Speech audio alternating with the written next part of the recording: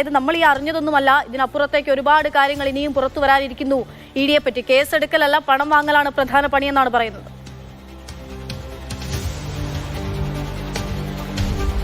തീർച്ചയായും ഇഡിയുടെ വിശ്വാസ്യത തന്നെ ചോദ്യം ചെയ്യപ്പെടുന്ന രീതിയിലേക്ക് ഈ കാര്യങ്ങൾ പോവുകയാണ്. കാരണം ഇത് ഇപ്പോൾ വന്നിരിക്കുന്ന ഈ വിജിലൻസ് കേസ് മാത്രമല്ല, നിരവധി പേർ പരാതിയുമായി രംഗത്തേക്ക് വരികയാണ്.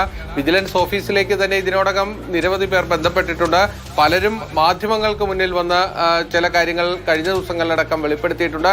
ഇനി കൂടുതൽ പേർ പുറത്തേക്ക് വരും എന്ന് തന്നെയാണ് നമ്മൾ വിശ്വസിക്കുന്നത്. ഇതിൻ്റെ ഒരു പ്രധാനപ്പെട്ട ഒരു പ്രശ്നമുള്ളത്, ഈ ഇത്തരത്തിൽ കേസുകളിൽ പെടുകയും അതോടൊപ്പം തന്നെ ഈ ഇഡിയുടെ നോട്ടീസ് കൈപ്പറ്റുകയൊക്കെ ചെയ്ത ആൾക്കാർക്ക് ഇതെല്ലാം വന്ന് പരസ്യമായി പറയുന്നതിനൊരു ബുദ്ധിമുട്ടുണ്ട്. അതോടൊപ്പം തന്നെ അവർക്ക് ഈ അന്വേഷണ ഏജൻസികളെ സമീപിച്ച് പരാതി നൽകുന്നതിനും അവരുടെ ചില പ്രശ്നങ്ങൾ അവരെ പിന്നോട്ട് വലിക്കുന്നുണ്ട്. ആ ഒരു ധൈര്യത്തിലാണ് ഈ കച്ചവടങ്ങളൊക്കെ നടന്നിരുന്നതെന്നാണ് നമുക്ക് മനസ്സിലാക്കാൻ കഴിയുന്നത്. ഇവിടെ ഒരു ഇടനിലക്കാരല്ല, നിരവധി ഇടനിലക്കാർ വഴി പലരും ഈ ഇഡി ഓഫീസിൽ ഇതിന് മുൻപും എത്തി കാര്യങ്ങൾ സെറ്റിൽ ചെയ്യാൻ ശ്രമിച്ചിട്ടുണ്ട് എന്ന വിവരങ്ങളാണ് പുറത്തേക്ക് വരുന്നത്. ഇതിൽ ഒരു ആഴത്തിലുള്ള ഒരു അന്വേഷണം തന്നെയാണ് ഇപ്പോൾ വിജിലൻസ് നടത്തുന്നത്. ഇപ്പോൾ ഈ അന്വേഷണത്തിന്റെ പ്രാഥമിക ഘട്ടം മാത്രമേ ആയിട്ടുള്ളൂ. ഈ 3 പ്രതികളെ വിശദമായി ചോദ്യം ചെയ്ത ശേഷം ഇവരിൽ നിന്ന് കിട്ടുന്ന വിവരങ്ങളുടെ അടിസ്ഥാനത്തിൽ വേണം വിജിലൻസിന് ഇനി ഇഡിക്ക് അകത്തേക്ക് കടക്കാൻ. അവിടെ ശേഖർ കുമാർ എന്ന അസിസ്റ്റന്റ് ഡയറക്ടർ ഇപ്പോൾ പ്രതിയാണ്. അതിനും അപ്പുറത്തേക്ക് കാര്യങ്ങൾ പോകും. കൂടുതൽ ഉന്നത ഉദ്യോഗസ്ഥർ കുടുങ്ങും എന്ന രീതിയിലേക്കുള്ള വിവരങ്ങളും പുറത്തേക്ക് വരുന്നുണ്ട്. എന്തായാലും ഈ വിജിലൻസിനെ സംബന്ധിച്ചിടത്തോളം ശാസ്ത്രീയ തെളിവുകൾ ശേഖരിക്കുക എന്നതാണ് ഏറ്റവും പ്രധാനപ്പെട്ട കാര്യം. നമ്മൾ മനസ്സിലാക്കുന്നത് പല ഇഡി ഉദ്യോഗസ്ഥരും വാട്സപ്പ് വഴിയാണ് വീഡിയോ കോളിംഗ് ഒക്കെ നടത്തിയാണ് ഈ ഇടപാടുകളുടെയൊക്കെ മുന്നോട്ട് പോയിരുന്നത് എന്നതാണ്. അതുകൊണ്ട് തന്നെ ഇപ്പോൾ ഈ അറസ്റ്റിലായിട്ടുള്ള chartered accountant Ranjith Warrier, Wilson അടക്കമുള്ള ആൾക്കാരുടെ മൊബൈൽ ഫോണുകൾ ശാസ്ത്രീയ പരിശോധന നടത്തുകയും അതിനുശേഷമായിരിക്കും കൂടുതൽ തെളിവുകൾ വിജിലൻസ് ശേഖരിക്കുക എന്നതാണ് മനസ്സിലാക്കുന്നത്. 5 ദിവസത്തെ കസ്റ്റഡിയാണ് അനുവദിച്ചിരിക്കുന്നത്. 22 വരെ ഈ 3 പ്രതികൾ കസ്റ്റഡിയിലുണ്ട്. അതിനുള്ളിൽ ഇതുമായി ബന്ധപ്പെട്ട കൂടുതൽ തെളിവുകൾ ശേഖരിച്ച്, കോൺക്രീറ്റ് ആയിട്ടുള്ള തെളിവുകൾ ശേഖരിച്ച് ഇഡിക്കുള്ളിലേക്ക് കടക്കുക, അതാണ് ഇപ്പോൾ വിജിലൻസ് തീരുമാനിച്ചിരിക്കുന്നത്. ഇഡി ഉദ്യോഗസ്ഥരുമായി ബന്ധപ്പെട്ട കൂടുതൽ വിവരങ്ങൾ പുറത്തേക്ക് വരികയാണ്. പരാതിക്കാരന്റെ പ്രതികരണമാണ് അല്പം മുമ്പ് നമ്മൾ കണ്ടത്. ഇഡി ഉദ്യോഗസ്ഥൻ പ്രതിയായ അഴിമതി കേസിൽ ഉന്നതർക്കെതിരെ ആരോപണം ഉന്നയിക്കുകയാണ്. പരാതിക്കാരനായ വ്യവസായി അഴിമതിയിൽ ഇഡി അഡീഷണൽ ഡയറക്ടർ രാധാകൃഷ്ണൻ പങ്കുണ്ട് എന്നതാണ് പരാതിക്കാരനായ അനീഷ് ബാബു ആരോപിക്കുന്നത്. അടച്ചിട്ട മുറിയിൽ വെച്ച് ഉദ്യോഗസ്ഥർ അസഭ്യം പറഞ്ഞു. ഇടനിലക്കാരനായ ചാർട്ടേഡ് അക്കൗണ്ടിനെ ഇഡി ഓഫീസിൽ കണ്ടെന്നും അനീഷ് ബാബു പറയുന്നു. അപ്പോൾ മീറ്റ് ചെയ്യുന്ന സമയത്ത് ഞാൻ ഇവൻ സംസാരിക്കുന്നതൊക്കെ റെക്കോർഡ് ചെയ്യാനായിട്ട് ഫോണിൻ്റെ വണ്ടിക്കകത്തല്ല ഞാൻ വേറൊരു ഫോണും എല്ലാം ഇതിൽ വെച്ചായിരുന്നു. പക്ഷേ അവൻ വളരെ ഇതായിട്ട് അവൻ്റെ വണ്ടിക്കകത്ത് കയറാൻ പറഞ്ഞു. എന്നിട്ട് എൻ്റെ വണ്ടിയിൽ അവൻ കയറിയില്ല.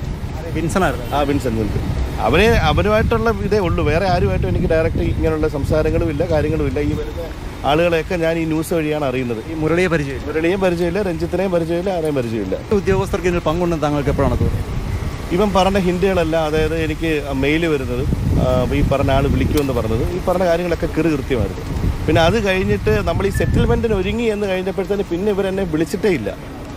സാധാരണ നമുക്കൊരു സമൻസ് വന്നിട്ട് ഒരു സമൻസ് വന്നപ്പോൾ ഞാൻ അതിൻ്റെ അകത്ത് എനിക്ക് ഇപ്പോൾ ബുദ്ധിമുട്ടുണ്ട് വരാമെന്ന് പറഞ്ഞുകൊണ്ട് മെയിലിട്ടായിരുന്നു. ആ മെയിലിട്ട സമയം തൊട്ട് അവരെന്തുകൊണ്ട് വന്നില്ല, വന്നേ പറ്റൂ കണ്ടിന്യൂസ് തന്നെ വിളിച്ച് അത്രത്തോളം വിളിച്ച് ഇതുണ്ട്. പക്ഷേ ഇവർ പറഞ്ഞ നമ്മുടെ ഒരു സെറ്റിൽമെൻറ്റിന് വില്ലിങ് ഞാൻ അറിഞ്ഞതിന് ശേഷം പിന്നെ ഇവരുടെ വിളിയേ വന്നിട്ടില്ല. ഇപ്പം വിജിലൻസ് കൊടുത്ത റിപ്പോർട്ടിൽ 1-ാം പ്രതിയെ ചേർത്തിരിക്കുന്നത് ED assistant director Shekhar Kumar. അദ്ദേഹവുമായി ഇപ്പോഴും നേരിട്ട് കോൺടാക്ട് ഉണ്ടായിരുന്നു? ഇല്ലില്ല, നേരിട്ട് കോൺടാക്ട്. അദ്ദേഹത്തിൻ്റെ പേര് ഇവർ പറഞ്ഞിരുന്നു? ആര്? പിന്നെ തീർച്ചയായിട്ടും പറഞ്ഞിരുന്നു. എന്താണ് പറഞ്ഞത്? ഞാൻ റിപ്പോർട്ട് ചെയ്യേണ്ട ആൾ ശേഖറാണ്. ഇപ്പോൾ ലാസ്റ്റ് ഈ ട്രാപ്പ് നടക്കുന്ന ആ സമയത്ത് ഇവൻ എന്നോട് പറയുന്നതെന്ന് പറഞ്ഞാൽ പേയ്മെൻറ്റ് കൊടുത്ത് 2 ലക്ഷം രൂപ അവൻ്റെ കൈ കൊടുത്ത് പോയി സ്റ്റേറ്റ്മെൻറ്റ് കൊടുത്തു. അപ്പം 4:30 വൈകിട്ടായി. 5 മണിയാകുമ്പോഴത്തേന് നേരെ പോയി ശേഖരനെ പോയി കണ്ടോളാനാണ് പറഞ്ഞത്. എവിടെ വെച്ച് കാണാൻ? ഇഡി ഓഫീസിനകത്ത് ഒഫീഷ്യലി പോയി കാണാനാണ് പറഞ്ഞത്. 2 ലക്ഷം രൂപ ഞാൻ അതിൽ 50,000 നമ്മുടെ അക്കൗണ്ടിൽ. അല്ല, വേറെ ബാക്കി കാര്യങ്ങളൊന്നും എനിക്കിപ്പോൾ പറയാം. ഇഡി ഉദ്യോഗസ്ഥൻ പ്രതിയായ അഴിമതി കേസിൽ ഉന്നതർക്കെതിരെയാണ് ഇപ്പോൾ ആരോപണങ്ങൾ പരാതിക്കാരനായ വ്യവസായിയുടെ ഭാഗത്തു നിന്നുണ്ടാകുന്നത്. അഴിമതിയിൽ ഇഡി അഡീഷണൽ ഡയറക്ടർ രാധാകൃഷ്ണൻ പങ്കുണ്ട് എന്നതാണ്. സാധാരണ താഴെത്തട്ടിലെ ഉദ്യോഗസ്ഥർ മാത്രമല്ല, ഏറ്റവും ഉന്നതനായ അഡീഷണൽ ഡയറക്ടർ രാധാകൃഷ്ണനും ഈ അഴിമതിയിൽ പങ്കുവെക്കുന്ന ഗൗരവതരമായ ആരോപണമാണ് ഉന്നയിക്കുന്നത്.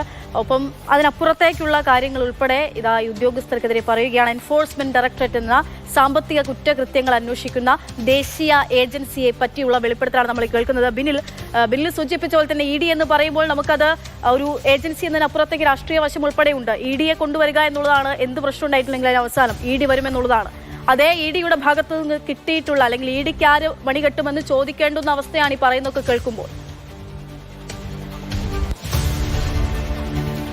അതെ, തീക്കട്ടയിൽ ഉറുമ്പരിക്കുന്നു എന്ന് വേണമെങ്കിൽ നമുക്ക് പറയാം. കാരണം ഈ നാട്ടിലെ അഴിമതി തുടച്ചു നീക്കുക, കള്ളപ്പണം വെളുപ്പിക്കൽ തടയുക, ഇതിനൊക്കെയാണ് എൻഫോഴ്സ്മെന്റ് ഡയറക്ടറേറ്റ് എന്ന കേന്ദ്ര ഏജൻസിയുടെ പ്രധാനപ്പെട്ട റോൾ ഉള്ളത്. നമുക്കറിയാം, ഇവിടെ ഒരുപാട് രാഷ്ട്രീയ പ്രാധാന്യമുള്ള കേസുകളിൽ ഇ ഡി രംഗത്ത് വരികയും അതിലവർ ശക്തമായ നടപടികളൊക്കെ ആയിട്ട് പോയപ്പോൾ ഒരുപാട് പേർ ഇ ഡിയെ വിശ്വസിച്ചിരുന്നു. നിരവധി പേർ പരാതിയുമായി ഇ ഡിക്ക് മുന്നിലേക്ക് എത്തി. അവിടെയൊക്കെ നമ്മൾ കാണേണ്ട ഒരു കാഴ്ച എന്ന് പറയുന്നത് വളരെ പ്രധാനപ്പെട്ട കേസുകളിലൊക്കെ ശക്തമായ നടപടികളുമായിട്ട് പോവുക, പൊതുജനങ്ങളുടെ വിശ്വാസ്യത നേടിയെടുക്കുക, മറുവശത്തുകൂടി ഇത്തരത്തിലുള്ള തട്ടിപ്പുകൾ നടത്തുന്ന ഉദ്യോഗസ്ഥർ അതിനുള്ളിൽ കടന്നുകൂടുക. ഈ രീതിയിലുള്ളതാണ് ഇപ്പോൾ ഈ വിജിലൻസിന്റെ അന്വേഷണത്തിലൂടെ പുറത്തു വരുന്ന കാര്യങ്ങൾ നമ്മളെ ഞെട്ടിപ്പിക്കുന്ന രീതിയിലേക്ക് മാറുന്നത്. കാരണം ഈ എൻഫോഴ്സ്മെന്റ് ഡയറക്ടറേറ്റിന്റെ ഓഫീസിനുള്ളിൽ ഇത്രയധികം അഴിമതി നടക്കുന്നു എന്നത് നമ്മളെല്ലാവരെയും ഞെട്ടിപ്പിക്കുന്ന ഒരു കാര്യമാണ്. കാരണം ആരും പ്രതീക്ഷിക്കുന്ന ഒരു സംവിധാനമല്ല. ഇ ഡിക്ക് അകത്ത് നിന്ന് ഇത്രയധികം പരാതികൾ വരിക, ഈ കേസുകളുമായി ബന്ധപ്പെട്ട ഒതുക്കലുകൾ നടക്കുക, ഇതൊന്നും പൊതുസമൂഹം പെട്ടെന്ന് വിശ്വസിക്കുന്ന ഒരു കാര്യമല്ല. ഈ വിജിലൻസ് കേസ് വരുന്നതിന് മുൻപ് തന്നെ ഈ പുറത്ത് ഇത്തരത്തിലുള്ള ഒരുപാട് ചർച്ചകൾ നടക്കുന്നുണ്ടായിരുന്നു. ഒരുപാട് പേർ ഇതുമായി ബന്ധപ്പെട്ട പരാതികളൊക്കെ പലരോടുമൊക്കെ തന്നെ പറയുന്നുണ്ടായിരുന്നു. പക്ഷേ ആർക്കും ഇത് അങ്ങ് വിശ്വസിക്കാൻ കഴിയാത്ത ഒരു അവസ്ഥയായിരുന്നു. പക്ഷേ ഇപ്പോൾ ഈ വിജിലൻസിന്റെ കേസ് വന്നപ്പോൾ മുൻപ് കേട്ടിരുന്ന പല കഥകളും ശരിയാണ് എന്ന് കരുതേണ്ടി വരികയാണ്. പ്രത്യേകിച്ച് ഇതുമായി ബന്ധപ്പെട്ട് ഇപ്പോൾ വിജിലൻസ് അറസ്റ്റ് ചെയ്ത ചില ആൾക്കാർ മറ്റു പല കേസുകളും ഒതുക്കി തീർക്കാനായി പലരെയും സമീപിച്ചിട്ടുണ്ട് എന്ന് ചിലർ രഹസ്യമായി തന്നെ സമ്മതിക്കുകയൊക്കെ തന്നെ ചെയ്യുന്നുണ്ട്. അതുകൊണ്ട് തന്നെ ഇവിടെ നിൽക്കുന്ന ഒരു കേസായി തോന്നുന്നില്ല. ഇതിനും അപ്പുറത്തേക്ക് ഇത് പോകാനുള്ള സാധ്യത തന്നെയാണ് ഉള്ളത്. ഇതിലേറ്റവും പ്രധാനപ്പെട്ടത് നമ്മുടെ നാട്ടിൽ വളരെ പ്രധാനപ്പെട്ട പല രാഷ്ട്രീയ പ്രാധാന്യമുള്ള കേസുകളും എൻഫോഴ്സ്മെന്റ് ഡയറക്ടറേറ്റ് അന്വേഷിച്ചു കൊണ്ടിരിക്കുകയാണ്. അതിനിടയിലാണ് ഇത്തരത്തിലുള്ള ഒരു കുരുക്കിൽ പോയി ഇ ഡി ഉദ്യോഗസ്ഥർ വീഴുന്നത്. അതുകൊണ്ട് ഇനി ആ കേസുകളുടെയൊക്കെ ഒരു ഭാവി എന്താ എന്നത് ഒരു വളരെ പ്രധാനപ്പെട്ട ഒരു ചോദ്യം. സുതാര്യത, ഇ ഡിയുടെ വിശ്വാസ്യത, ഇ ഡി വരുന്നു എന്ന് പറയുമ്പോൾ ഇ ഡിക്കെതിരെ എന്തൊക്കെ രാഷ്ട്രീയ ആരോപണങ്ങൾ ഉയർന്നിട്ടുണ്ടോ അതിനൊക്കെ ഒരുപക്ഷെ സാധൂകരിക്കത്തക്ക വണ്ണത്തിലുള്ള വിവരങ്ങളാണ് ഇവിടെ പുറത്തു വരുന്നത്.